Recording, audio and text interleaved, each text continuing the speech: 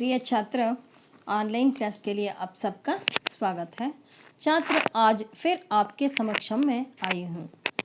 आज पिछले कक्षा में अध्ययन किए गद्यांश के बारे में एक बार मनन कर लेंगे। पिछले कक्षा में हम बसंत की सच्चाई एकांकी के पहले और दूसरे भाग के बारे में समझे थे। इस भाग में हम ನಾವು ಮೊದಲನೇ ಹಿಂದಿನ ತರಗತಿಗಳಲ್ಲಿ ನಾವೇನು ಮಾಡಿದ್ವಿ ಬಸಂತ್ ಕಿ ಸಚ್ಚಾಯಿ ಪಾಠದ ಮೊದಲನೇ ಮತ್ತು ಎರಡನೇ ಭಾಗವನ್ನು ವಿಶ್ಲೇಷಣೆ ಅಥವಾ ವಿವರಣೆಯನ್ನು ಕೊಟ್ಟಿದ್ವಿ, ತಿಳ್ಕೊಂಡಿದ್ವಿ. ಸೊ ಅದರ ಒಂದು ಮುಖ್ಯಾಂಶಗಳ ಕಡೆಗೆ ನಾವು ಒಂದು ಸತಿ ಗಮನ ಹರಿಸೋಣ. बसंत के बारे में पहले बसंत के बारे में समझते हैं. ಅಂದರೆ ನಾವು ಬಸಂತ್ ಬಗ್ಗೆ ತಿಳ್ಕೊತೀವಿ, ಅವನ ರೂಪರೇಖೆಗಳು, ಅವನು ಎಂಥ ವ್ಯಕ್ತಿ, ಅವನು ಏನು ಮಾಡ್ತಿದ್ದ, ಅದ್ರ ಬಗ್ಗೆ ತಿಳ್ಕೊತೀವಿ. ಏಕ್ ಗರೀಬ್ और ಸ್ವಾಭಿಮಾನಿ ಬಾಲಕ है. ಅವನೊಬ್ಬ ಸ್ವಾಭಿಮಾನಿ ಅಂದರೆ ತುಂಬ ಸ್ವಾಭಿಮಾನ ಇರ್ತಕ್ಕಂಥ ಗರೀಬ್ ಅಂದರೆ ಬಡ ಹುಡುಗ ಆಗಿದ್ದ. ಅಪ್ನಿ ಪರಿಶ್ರಮ ಸೆ ಜೀನಾ ಚಾಹತಾ ಥಾ. ತನ್ನ ಪರಿಶ್ರಮದಿಂದಲೇ ಅವನು ಬದುಕಬೇಕಂತ ಆಸೆ ಪಡ್ತಿದ್ದ. पंडित राजकिशोर एक कंगालों और असहायकों या गरीबों के प्रति सहानुभूति दिखाने वाले व्यक्ति थे. ಅಂದರೆ ರಾಜ್ಕಿಶೋರು ಬಡವರ ಬಗ್ಗೆ ಅಸಹಾಯಕರ ಬಗ್ಗೆ ಬಹಳ ಸಹಾನುಭೂತಿ ತೋರಿಸ್ತಕ್ಕಂಥ ವ್ಯಕ್ತಿಯಾಗಿದ್ದರು. और उनके साथ आदर के साथ व्यवहार करने वाले व्यक्ति थे. ಬಡವ ಅನ್ನೋದಿಲ್ಲದೆ ಅವ್ರ ಜೊತೆ ಪ್ರೀತಿಯಿಂದ ಗೌರವದಿಂದ ನಡ್ಕೊಳ್ಳುವಂಥ ವ್ಯಕ್ತಿಯಾಗಿದ್ದರು. बसंत राजकिशोर दिए ಅಂದರೆ ಬಸಂತು ರಾಜ್ಕಿಶೋರ್ ದಿಯೆ 2 पैसे को मुफ्त से दिए. और ರಾಜ್ಕಿಶೋರ್ ಫ್ರೀಯಾಗಿ ಅವರು ತುಂಬ ವಿನತಿ ಮಾಡ್ಕೊಳ್ತಾನೆ. ರಾಜ್ಕಿಶೋರ್ से वह बालक कौन है? ये बसंत बहुत ही विनती करता है, कुछ ना कुछ खरीद लीजिए, बहुत सुबह से बिका ही नहीं और यही नहीं बिकता है तो हमारे पेट कैसे भर सकता है. इस तरह वह बहुत विनती करता है. ಬೆಳಗ್ಗೆಯಿಂದ ಏನೂ ವ್ಯಾಪಾರ ಆಗಿಲ್ಲ, ದಯವಿಟ್ಟು ಏನಾದರೂ ಒಂದು ಪರ್ಚೇಸ್ ಮಾಡಿ, ನೀವು ತೊಗೊಂಡ್ರೆ ಮಾತ್ರ ನಾನು ಬದುಕೋದಕ್ಕೆ ಸಾಧ್ಯ, ನಾನು ಹೊಟ್ಟೆ ಹೊಡ್ಕೊಳ್ಳೋದಕ್ಕೆ ಸಾಧ್ಯ ಅಂತ ತುಂಬ ರಿಕ್ವೆಸ್ಟ್ ಮಾಡ್ಕೋತಾನೆ. विनती करने के बाद क्या करता है ರಾಜ್ಕಿಶೋರ್ मुफ्त से 2 पैसे दे देता है. ಅಂದರೆ ಅವನು ಫ್ರೀಯಾಗಿ 2 ರೂಪಾಯಿ ಕೊಡ್ತಾನೆ. ಅವನಿಗೆ ಆ ವಸ್ತುಗಳು ಯಾವುದೂ ಬೇಕಿರಲಿಲ್ಲ. ಸೊ ಹಾಗಾಗಿ ತಗೊಳಪ್ಪ ಅಂತ ಫ್ರೀಯಾಗಿ ಆ ಒಂದು 2 ಪೈಸೆಯನ್ನು ಕೊಡೋಕ್ಕೆ ಹೋಗ್ತಾನೆ. बसंत राजकिशोर दिए मुफ्त से दिए 2 पैसे को भीख मांगकर इनकार करता है. ಬಡವ ಆದರೂ ಸಹ ಅವನು ಬಹಳ ಸ್ವಾಭಿಮಾನಿ ಅನ್ನೋದನ್ನು ಈ ಘಟನೆಯಲ್ಲಿ ನೋಡ್ಬೋದು. ಎಂತಹ ಬಡತನ, ಕಿತ್ತು ತಿನ್ನುವಂಥ ಬಡತನ. ಅಂದರೆ ಅವತ್ತು ವ್ಯಾಪಾರ ಮಾಡಿದ್ರೆ ಮಾತ್ರ ಆ ಬಂದಿರತಕ್ಕಂಥ ದುಡ್ಡಲ್ಲಿ ತನ್ನ ಜೀವನ ನಡೆಸಬೇಕು. ಅಂತಹ ಒಂದು ದುಸ್ಥಿತಿಯಲ್ಲಿದ್ದರೂ ಸಹ ಭಿಕ್ಷೆ ಬೇಡಬಾರ್ದು, ಫ್ರೀಯಾಗಿ ಏನು ತೊಗೋಬಾರ್ದು, ಮುಫ್ತ್ ಅಂದರೆ ಫ್ರೀಯಾಗಿ ಏನು ತೊಗೋಬಾರ್ದು ಅನ್ನೋದು ಆ ಪುಟ್ಟ 11 ವರ್ಷ ಬಾಲಕ್ಕೆ ಮನ್ಮೆ ಬಹುತಿ ಅಂದರೆ ಅವನ ಮನಸ್ಸಲ್ಲಿ ಬಹಳ ಬೇರೂರು ಬಿಟ್ಟಿತ್ತು ಆ ಮನಸ್ಸಲ್ಲಿ. ಹಾಗಾಗಿ ಆ ವ್ಯಕ್ತಿತ್ವವನ್ನು ನೋಡಿದಾಗ ನಿಜವಾಗೂ ಕೈ ಮುಗಿಬೇಕು ಅನಿಸುತ್ತೆ. ಅವನಲ್ಲಿರ್ತಕ್ಕಂಥ ಆ ಸ್ವಾಭಿಮಾನ ವ್ಯಕ್ತಿತ್ವವನ್ನು ಅಥವಾ ಗುಣವನ್ನು ಮಕ್ಕಳಲ್ಲಿ ನಾವು ಸಹ ತುಂಬಿಕೊಳ್ಬೇಕಾಗತ್ತೆ. भीख इनकार करता है ಅಂದರೆ ಅವನು ಅದನ್ನು ಭಿಕ್ಷೆ ಅಂತ ತಿಳ್ಕೊಳ್ತಾನೆ. भीख मानकर इनकार करता है. इससे मालूम होता है कि बसंत गरीब होने पर भी वह एक स्वाभिमानी लड़का है. ಅಂದರೆ ಅವನು ಬಹಳ ಬಡವಾಗಿದ್ದರೂ ಸಹ ಸ್ವಾಭಿಮಾನಿ ಹುಡುಗ ಅಂತ ಆ ಒಂದು ಸನ್ನಿವೇಶದಲ್ಲಿ ನಮಗೆ ಗೊತ್ತಾಗುತ್ತೆ. राजकिशोर के पास चिल्लर ना होने के कारण वह बहुत ही विनती करता है ना, मुफ्त से देते हैं, वह इनकार करता है. फिर क्या करता है अपने जेब से चिल्लर ना होने के कारण 1 रुपये के नोट देता है. ಅವ್ರ ಹತ್ರ ಚಿಲ್ಲರೆ ಇಲ್ಲ, ತಗೊಳ್ಳೋಕ್ಕೂ ಇಷ್ಟ ಇಲ್ಲ ವಸ್ತುಗಳನ್ನ. ಹಾಗಂತ ಮಗು ವಿನತಿ ಅಂದರೆ ತುಂಬ ವಿನಮ್ರದಿಂದ ಕೇಳ್ಕೊಂಡಾಗ ಸುಮ್ಮನೆ ಹೋಗೋಕ್ಕೂ ಮನಸ್ಸು ಬರಲ್ಲ. ಸರಿ ಆಗಲಿ ತಗೊಳ್ಳೋಣ ಅಂದ್ಬಿಟ್ಟು 1 ರೂಪಾಯಿ ನೋಟನ್ನು ಕೊಡ್ತಾರೆ. चिल्लर ना होने के कारण राजकिशोर कितने पैसे देते हैं, कितने नोट देते हैं? 1 रुपये का 1 नोट देते हैं. 1 रुपये ना 1 नोट ಕೊಡ್ತಾರೆ. बसंत के पास भी चिल्लर ना होने के कारण सुबह से बिका नहीं तो पैसा कहाँ से आएगा? ಅವನ ಹತ್ರ ಬೆಳಗ್ಗೆಯಿಂದ ಏನು ವ್ಯಾಪಾರನೇ ಆಗಿಲ್ಲ ಅಂದರೆ ಹಣ ಎಲ್ಲಿಂದ ಬರುತ್ತೆ? ಸಾಧ್ಯ ಇಲ್ಲ. चिल्लर राजकिशोर के पास भी नहीं है और बसंत के पास भी नहीं है. इसलिए उन्होंने चिल्लर लाने के लिए बाजार की ओर दौड़ता है. कौन? बसंत राजकिशोर के 1 रुपये के नोट को चिल्लर करवाने के लिए कहा जाता है बाजार की ओर चलता है. ಅಂದರೆ ಮಾರ್ಕೆಟ್ ಕಡೆಗೆ ಓಡೋಗ್ತಾನೆ ಚಿಲ್ಲರೆ ತಗೊಂಡ್ಬರೋಕ್ಕೆ. पुनः लाते समय मोटर दुर्घटना होकर बसंत के दोनों पाँव कुचली जाता है. ಅವನ ಎರಡೂ ಕಾಲುಗಳು ಸಹ ಮುರಿದೋಗುತ್ತೆ. ಅಂದರೆ ಮೋಟಾರ್ ದುರ್ಘಟನಾಸೆ ಓಡ್ ಬರುವಾಗ ಆಕ್ಸಿಡೆಂಟ್ ಆಗಿ ಮೋಟಾರ್ ಆಕ್ಸಿಡೆಂಟ್ ಆಗಿ ಅವನಿಗೆ ಕಾಲು ಮುರಿಯುತ್ತೆ. ಅವ್ರು ಬೇಹೋಶ್ ಹೋ ಜಾತಾ ಹೈ. ಅಲ್ಲಿಗೆ ಅವನು ಬಹಳ ಬೇಹೋಶ್ ಅಂದರೆ ಜ್ಞಾನ ತಪ್ಪಿಬಿಡ್ತಾನೆ. ಅಲ್ಲಿ ಏನು ನಡೀತು ಅಂತ ಮಗುಗೆ ಗೊತ್ತಾಗೋದಿಲ್ಲ. ಬಸಂತ್ ಕೋ ಹೋಶ್ ಆನೇಕೆ ಬಾದ್ ಅಂದರೆ ಬಸಂತನಿಗೆ ನೆನಪು ಬಂದಮೇಲೆ ಅಂದರೆ ಆ ಒಂದು ಬೇಹೋಶ್ ಅಂದರೆ ಜ್ಞಾನ ತಪ್ಪಿರ್ತಾನೆ. ಜ್ಞಾನ ಬಂದಮೇಲೆ राजकिशोर के 14.5 आने लौट आने के लिए छोटे भाई प्रताप को किशनगंज भेजता है. देखिए ಎಷ್ಟು ಚೆನ್ನಾಗಿದೆ ನೋಡಿ. ಅವ್ನಿಗೆ ಅಷ್ಟೊಂದು ದುಸ್ಥಿತಿ ಅಂದರೆ ಅವತ್ತಿಗೆ ಸಂಪಾದನೆ ಮಾಡ್ಕೊಂಡು ತಿನ್ನಬೇಕು. ಸರಿ ₹1 ನೋಟ್ ಕೊಟ್ಟ ಚಿಲ್ಲರೆ ಮಾಡಿಸ್ಕೊಂಬರ್ಬೇಕು. ದುರ್ಘಟನೆ ಅಂದರೆ ಒಂದು ಮೋಟಾರ್ ದುರ್ಘಟನೆಯಿಂದ ಅವನಿಗೆ ಆಕ್ಸಿಡೆಂಟ್ ಆಗಿ ಅವನಿಗೆ ಪ್ರಜ್ಞೆ ಇಲ್ಲ. ಪ್ರಜ್ಞೆ ಬಂದ ತಕ್ಷಣ ತನ್ನ ಬಗ್ಗೆ ತನಗೆ ಯೋಚನೆ ಇಲ್ಲ. ನಾನು ಅವ್ರಿಗೆ ಕೊಡಬೇಕಾದಂತಹ ಅಂದರೆ ರಾಜ್ಕಿಶೋರ್ಕೋ ದೇನೆ ವಾಲೆ 14 ಆನೆ ಕಿ ಯಾದ್ ಆಯಿ. ಅವನಿಗೆ ಬಂದಿದ್ದೇನಪ್ಪ ಅಂದರೆ 14.5 ಪೈಸೆ ಕೊಡಬೇಕಾಗಿತ್ತಲ್ಲ ಯಾರಿಗೆ, ರಾಜ್ಕಿಶೋರ್ ಅವ್ರಿಗೆ. ಅದು ಬಹಳ 14.5 ಆನೆ 14.5 ಪೈಸೆ ಕೊಡಬೇಕಾಗಿತ್ತು. ಅದು ಅವನಿಗೆ ನೆನಪು ಬಂದುಬಿಡುತ್ತೆ. ತಕ್ಷಣ ಅವನು ತನ್ನ ತಮ್ಮ ಪ್ರತಾಪನ್ನು ಕಿಶನ್ಗಂಜ್ಗೆ ಕಳಿಸ್ತಾನೆ. ರಾಜ್ಕಿಶೋರ್ ಕहाँ रहता है? किशनगंज में रहता है. बसंत कहाँ रहता है? अहीर टीला के घर में रहता है. अहीर टीला के बीकू अहीर के घर में रहता है. इस घटना से हमें मालूम होता है कि ये तो ईमानदारी बालक है. ಪ್ರಾಮಾಣಿಕ ಹುಡುಗ ಅನ್ನೋದನ್ನ ಈ ಸನ್ನಿವೇಶದಲ್ಲಿ ನೋಡ್ಬೋದು. ಪಹಲೆ ಭಾಗ ಮೇ एक ಬಾಲಕ್ ತೋ ಸ್ವಾಭಿಮಾನಿ ನಿಕ್ಲ.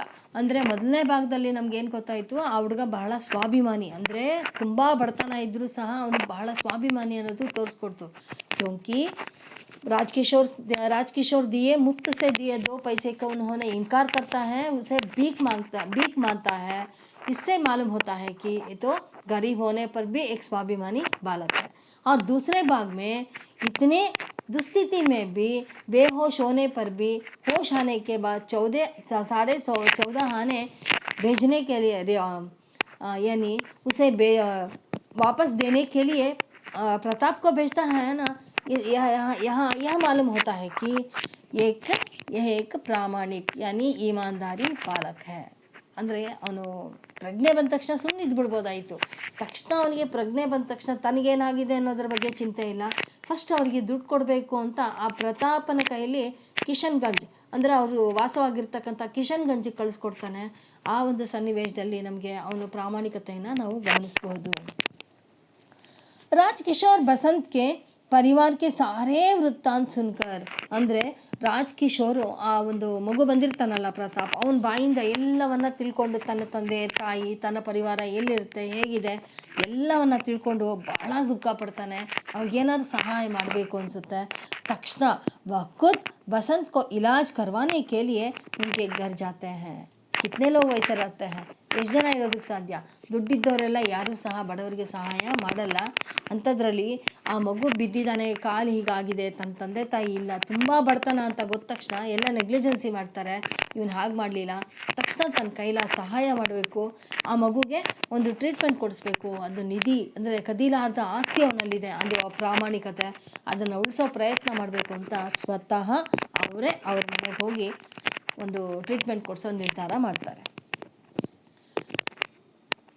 अब आएंगे तीसरे भाग में यह समझेंगे कि पंडित जी यानी किशोर जी ರಾಜ್ಕಿಶೋರ್ ಕಿಸ್ ಥರ ಉನ್ಕ ಇಲಾಜ್ ಕರ್ವಾತೆ ಹೈ, ಯಾವ ರೀತಿ ಅವರನ್ನು ಯಾವ ರೀತಿ ಟ್ರೀಟ್ ಮಾಡ್ತಾನೆ, ಯಾವ ಥರ ನಡೆಸ್ಕೋತಾರೆ ಅನ್ನೋದನ್ನು ಮುಂದೆ ನೋಡೋಣ. तीसरा दृश्य स्टेज पर एक कच्चे घर के अंदर के ओसारे का दृश्य.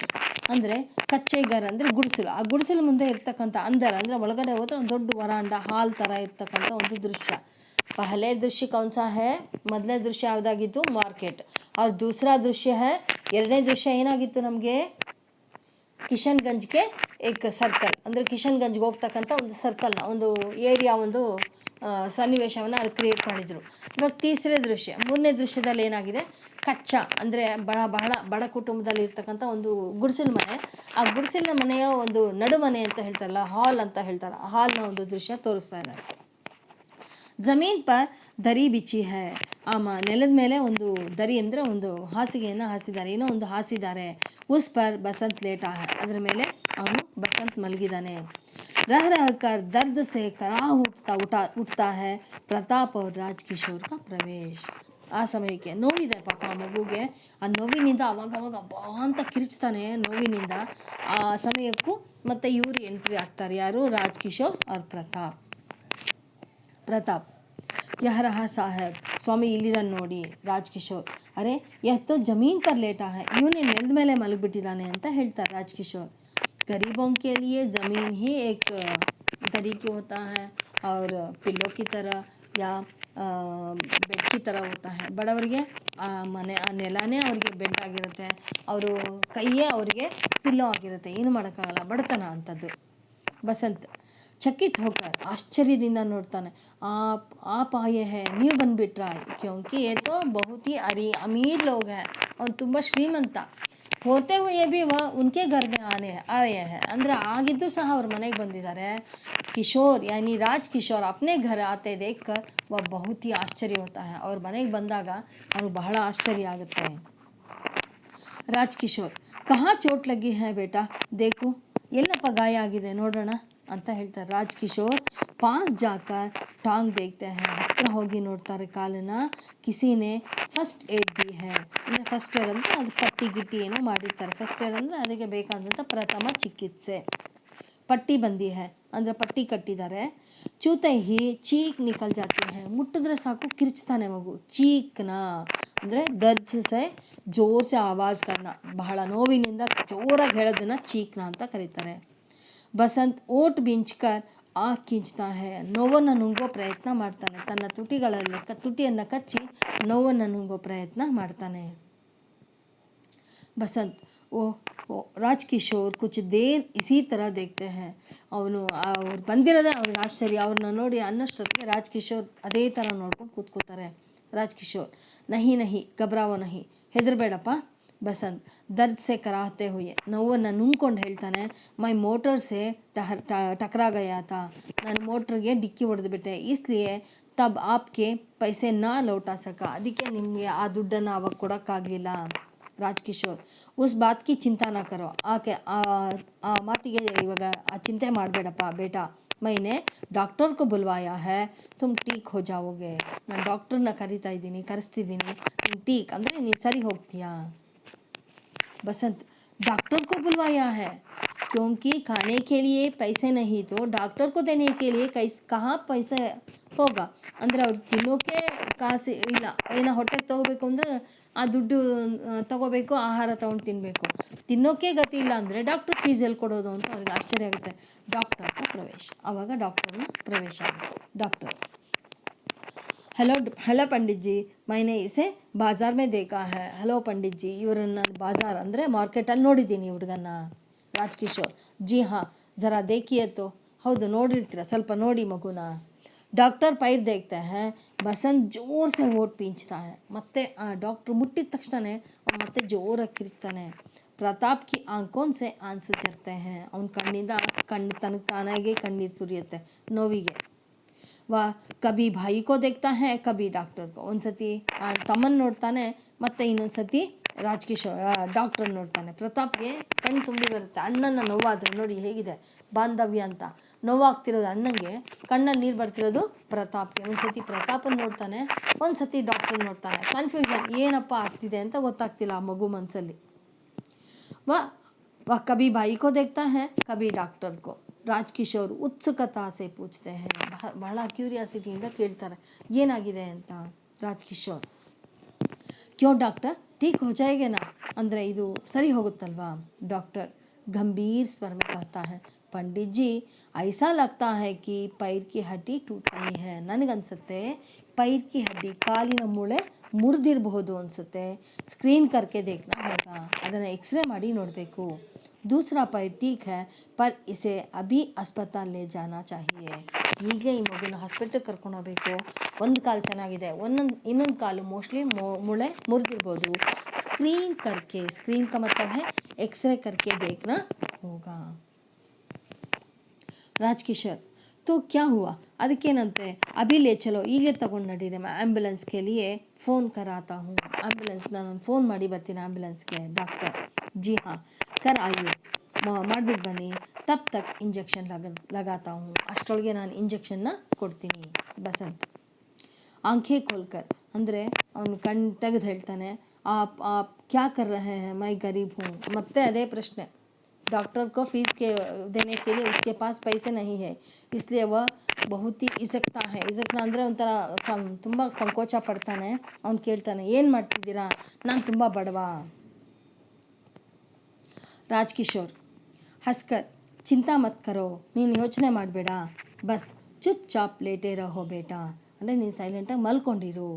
ಡಾಕ್ಟರ್ ಸಾಹೇಬ್ ತಬ್ ತಕ್ ಮೈ ನಹಿ ಆತಾ ಆಪ್ ಯಹಿ ರಹೆ, ನಾನು ಬರೋವರೆಗೂ ನೀವು ಇಲ್ಲೇ ಇರಬೇಕು. ಇಸೆ ಬಚಾನಾ ಹಿ ಹೋಗಾ, ಇವನನ್ನು ಕಾಪಾಡಲೇಬೇಕು. ये गरीब है पर इसमें एक दुर्लभ गुण है. दुर्लभ का मतलब है ಅಪರೂಪದ ಗುಣ. ದುರ್ಲಭ ಸುಲಭ ಆಪೋಸಿಟ್ ವರ್ಡ್ ಅದು.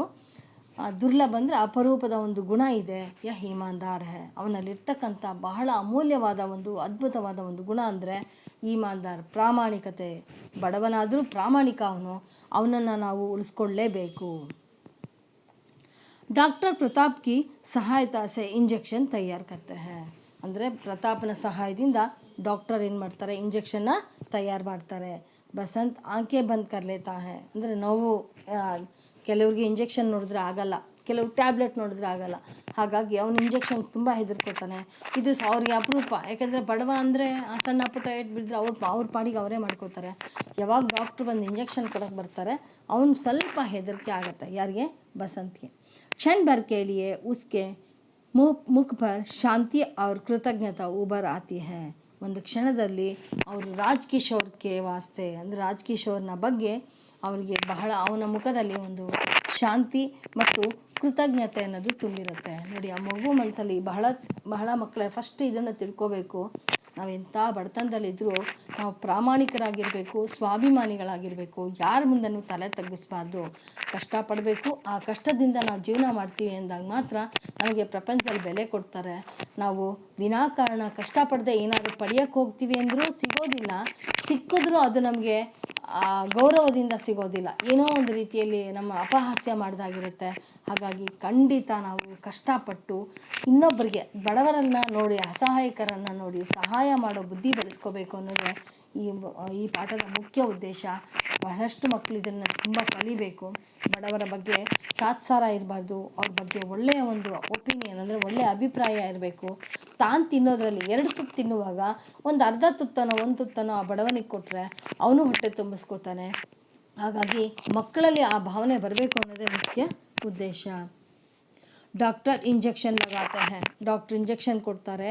ಬಸಂತ್ ಓಟ್ ಬೀಂಚ್ತಾ ಹೈ ದರ್ದ್ ಸೆ, ಮತ್ತೆ ಆ ಇಂಜೆಕ್ಷನ್ ಕೊಡುವಾಗ ಅವನ ನೋವಿಗೆ ಮತ್ತೆ ಆ ನೋವನ್ನು ನುಂಗೋ ಪ್ರಯತ್ನ ಮಾಡ್ತಾನೆ. ಪ್ರತಾಪ್ ಬಾಯಿ ಕಾ ಸಿರ್ ತಾಮ್ತಾ ಹೈ, ತಾಮ್ನಾ ಕಾ ಮತಲಬ್ ಹೈ ಪಕಡ್ತಾ ಹೈ, ಅಂದರೆ ಪ್ರತಾಪ್ ಅಣ್ಣನ ತಲೆಯನ್ನು ಹಿಡ್ಕೊತಾನೆ. ಅವ್ರ ಪರ್ದ ಗಿರ್ತಾ ಜಾತಾ ಹೈ, ಅಂದರೆ ಅಲ್ಲಿಗೆ ಆ ಒಂದು ಏಕಾಂಕಿ ಮುಗಿಯುತ್ತೆ. ಆದರೆ ಆ ಮುಗಿದ ಮೇಲೂ ಸಹ ಅದು ನಮ್ಮ ಮನಸ್ಸಲ್ಲಿ, ನನಗೆ ಬಹಳ ಇಷ್ಟವಾದಂಥ ಒಂದು ಪಾಠ ಅಂದರೆ ಬಸಂತ್ ಕಿ ಸಚ್ಚಾಯಿ. ಆ ಮಗುವಿನ ಮನಸ್ಸಾಗಿರ್ಬೋದು, ಆ ಮಗು ಪಟ್ಟಿರ್ತಕ್ಕಂಥ ಕಷ್ಟ ಆಗಿರ್ಬೋದು, ಆ ಚಿಕ್ಕ ವಯಸ್ಸಿಗೆ 11 ವರ್ಷದ ಮಗುಗೆ ಎಷ್ಟು ಜವಾಬ್ದಾರಿ ಇದೆ ನೋಡಿ. ಅವತ್ತಿಗೆ ಸಂಪಾದನೆ ಮಾಡಬೇಕು, ತನ್ನ ಮೇಲೆ ಇನ್ನೂ ಒಂದು ಡಿಪೆಂಡ್ ಆಗಿದೆ. ಆ ಪುಟ್ಟ ಮಗು, ಅವನ ತಮ್ಮ ಪ್ರತಾಪ್ ಸಹ ಇದ್ದಾನೆ, ಅವನ ಹೊಟ್ಟೆಗೆ ತುಂಬಿಸ್ಬೇಕು, ಪ್ರಾಮಾಣಿಕವಾಗಿ ತುಂಬಿಸ್ಬೇಕು. ಅಂದರೆ ಯಾವುದೇ ರೀತಿಯ ಕಳ್ತನ ಇಲ್ಲ, ಒಂದು ಸುಳ್ಳು ಹೇಳಕ್ಕೆ ಬರಲ್ಲ, ಮಗುಗೆ ಭಿಕ್ಷೆ ಬೇಡಲ್ಲ, ತನ್ನ ಕಾಲ ಮೇಲೆ ತಾನು ನಿಂತ್ಕೋಬೇಕು. ಅಂಥ ಬಡತನದಲ್ಲೂ ಸಹ ತನ್ನ ಕಾಲ ಮೇಲೆ ತಾನು ನಿಂತು ತನ್ನ ಶ್ರಮದಿಂದ ಬದುಕಬೇಕು ಅಂತಾನಲ್ಲ, ಅದು ನಿಜವಾಗ್ಲೂ ಸಹ ಯಾರೂ ಮರೆಯಲಾಗದೇ ಇರ್ತಕ್ಕಂಥ ಒಂದು ಗುಣ. ಈ ಪಾಠ ನನಗೆ ಬಹಳ ಇಷ್ಟ. ನೀವು ಇಷ್ಟಪಟ್ಟು ಮತ್ತೊಮ್ಮೆ ಮಗದೊಮ್ಮೆ ಓದ್ತೀರಾ ಅಂತ ಅಂದ್ಕೊಂಡಿದ್ದೀನಿ. ಓದಿ ಅರ್ಥ ಮಾಡ್ಕೊಳ್ಳಿ. ಖಂಡಿತ ಅದನ್ನು ಸ್ವಲ್ಪ ಮಟ್ಟಿಗಾದರೂ ಬಸಂತನ ಗುಣಗಳನ್ನ ಅಳವಡಿಸ್ಕೊಳ್ಳೋ ಪ್ರಯತ್ನ ಮಾಡಿದ್ರೆ ಬಡವ ಅನ್ನೋದೇ ಇರೋದಿಲ್ಲ. ಬಡವನ್ನ ಶ್ರೀಮಂತನ ತುಲನೆ ಮಾಡ್ತಕ್ಕಂಥ, ತೂಕ ಮಾಡ್ತಕ್ಕಂಥವ್ರು ನಾವೇ. ಖಂಡಿತ ನಾವೆಲ್ಲ ಒಂದೇ ಅನ್ನೋ ಭಾವನೆ ಬಂದಾಗ ಮಾತ್ರ ನಮ್ಮ ದೇಶ ಉದ್ಧಾರ ಆಗೋದಕ್ಕೆ ಸಾಧ್ಯ. ಖಂಡಿತ ಅಸಹಾಯಕರ ಬಗ್ಗೆ ಒಂದು ಸಹಾಯ ಮನೋಭಾವನೆ ಇರಲಿ, ಅವ್ರ ಬಗ್ಗೆ ಗೌರವ ಇರಲಿ ಅಂತ ಹೇಳ್ತಾ ನಾನು ಈ ಏಕಾಂಕಿಯನ್ನು ಮುಗಿಸ್ತಾ ಇದ್ದೀನಿ. ಧನ್ಯವಾದ.